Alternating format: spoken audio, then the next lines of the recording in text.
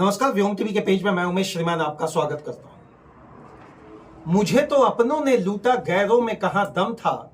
मेरी कश्ती वहीं डूबी श्रीमान, जहां ठंडा और गर्म दोनों पानी कम था। अब आप कहेंगे कि ये अपना कौन और गैर कौन। मुझे अपनों ने लूटा श्रीमान, रामगढ़ के अंतर्गत गोला प्रखंड है। गोला प्रखंड के अंतर्गत पूरब टाड़ा नाम का एक गांव था, गांव है अभी भी। और वहां क्या कुछ हुआ कि 16 वर्षों से वहां के रैयत को करना पड़ रहा है इंतजार। यह इंतजार की घड़ी कब होगी खत्म। हालांकि खत्म 13 मार्च 2025 को हुई, लेकिन रैयतों ने इसका किया विरोध। मामला आइए जानते हैं विस्तार से।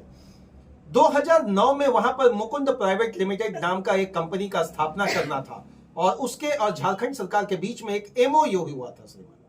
222 एकड़ जमीन अधिग्रहण किया जाना था, जिसमें से केवल 161 एकड़ जमीन ही अधिग्रहण हुआ और 61 एकड़ जमीन किसी पचड़े में फंस गया। अब 2009 से लेकर 2025 तक का बाट जो होते रहे, वो रैयत जिनकी जमीनें उसमें ली गई थी।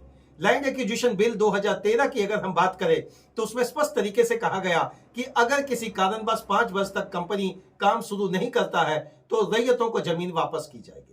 ये सब तो श्रीमान कानून के पन्नों में ही धरा रह जाता है।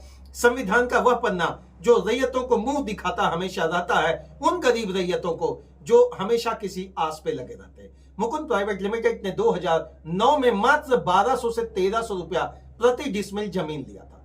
बिल्कुल ध्यान से, स्पष्ट आपके कानों तक जो पहुंच पा रहा, आप आंखों से जो अपने मोबाइल के स्क्रीन पर सुन रहे या देख रहे, 2009 में महज 1200 से 1300 रुपया प्रति डिसमिल के हिसाब से पूरब टाड़ा का जमीन लिया गया। कितना जमीन? तो श्रीमान 161 एकड़ जमीन।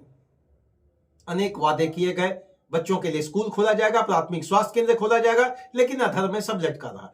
क्या 61 एकड़ जमीन नहीं मिलना और 16 वर्षों का जो बाट जो रहा रैयत, इसके बीच में अब मामला आता है कि क्या क्या कुछ गुजरा। 2009 के अंतर्गत श्रीमान एक प्रकाश समिति बनाई गई, प्रकाश कल्याण समिति बनाई गई, जिस प्रकाश कल्याण समिति का काम था भूमि अधिग्रहण में मदद करना, रैयतों को समझाकर लाइजनिंग का वो काम कर रही थी। और इसके गवाह के तौर पर भी एक कंपनी था, संभवी बिजनेस इंटरप्राइजेस। अब संभवी बिजनेस इंटरप्राइजेस की गवाही से श्रीमान जमीनें वहां पर उपलब्ध कराने का प्रयास किया गया। आखिर 16 वर्ष के अंतर्गत हुआ क्या कि चीजें शुरू नहीं हो पाई। किस कानूनी पचड़े में फंसा रहा? 61 एकड़ का जमीन का अधिग्रहण नहीं होना, और अधिग्रहण इनकेस किया भी गया तो प्रॉपर सिस्टम पर काम नहीं किया गया। As per the regulatory system of the land education bills 2013, if the work which has not been done over there, then you have to return your money to the rayat. But is it the things has been done or not? Never. केवल एक जगह पर यह स्थिति नहीं है श्रीमान। जिन जिन जगहों पर अधिग्रहण जमीन झारखंड में किया गया, झारखंड जहां गरीब, दलित, आदिवासी, पीड़ित, शोषित वर्ग को आगे बढ़ाने के लिए जमीनें अधिग्रहित की गई थी, और सब मुकुंद जो प्राइवेट लिमिटेड कंपनी है, उनके वादों को सिर्फ एक धरातल पर अमली जामा पहनाने के लिए जो एक प्रयास किया गया, ना तो वो पहुंचा, ना रैयत को हक मिला। 16 वर्ष से जो जमीनें पड़ी रही, 16 वर्ष से उस पर खेती नहीं हुआ, 16 वर्ष से किसी प्रकार का काम नहीं हुआ, और 16 वर्ष से जो वो वादा किया गया था, आपको नियोजन दिया गया, आपके घर परिवार बाल बच्चों को वहां पर सेटल किया जाएगा, उनको सीएसआर पॉलिसी के अंतर्गत बहुत सारी चीजें सुविधा के तौर पर दी जाएगी। श्रीमान ढाक का 3 पार। तभी तो हम कह रहे हैं, मुझे तो अपनों ने लूटा, गैरों में कहां दम था। अब 2009 में किसकी सरकार थी वो मायने नहीं रखता, क्योंकि पक्ष और विपक्ष अभी अगर इस न्यूज के उनके नुमाइंदे किसी तरीके से देख रहे हैं तो उनके दिमाग में यही बात आएगा कि जिनकी सरकार थी सवाल उनसे करें। मैं ये पूछना चाहता हूं कि 2025 में श्रीमान जब इसका भूमि पूजन किया जा रहा था, यही रैयतों में एक बौखलाहट सी बढ़ी, और अभी वो झारखंड नहीं है। अब वो झारखंड नहीं है, अब वो झारखंड का परिशिष्ट नहीं है। अब वो झारखंड की राजनीति के अंतर्गत चमक दमक वाली बात, राजनीति धमकाकर चमकाकर या किसी कानून के पचड़े में फंसाकर आप जमीन का अधिग्रहण करने का सोच रहे, तो श्रीमान मैं आपको सीधा स्पष्ट बता रहा हूं, झारखंड का राजनीतिक प्रतिद्वंदितात्मक चीजें बदली है। अब ये प्रतिस्पर्धा, प्रतिद्वंद या जो भी कह ले, लेकिन इतना तय है कि इस बार झारखंडी मानुष, झारखंडी युवा यह सोच रहा है कि 1200 रुपया प्रति डिसमिल जमीन लेकर आप श्रीमान 16 वर्ष हमको झेलाए हैं। अब बगल के ही थाने में एफआईआर करवाई गई, काम रोका गया। अब यही मांग कहा जा रहा कि फिर से इस पर क्या हो सकता है कानूनी कार्रवाई? क्या लैंड एक्विजिशन बिल के अंतर्गत जो चीजें लैंड एक्विजिशन का 101 धारा के अंतर्गत जो बात कहा गया उसको सरकार क्यों नहीं पूरा करती है? रैयत में बौखलाहट है, रैयत बौखलाए हैं, रैयत में आक्रोश है। रैयत का कहना है कि श्रीमान आप अपने कानून पर ही हमारी चीजों की पूर्ति करें, हम न्याय नहीं मान रहे।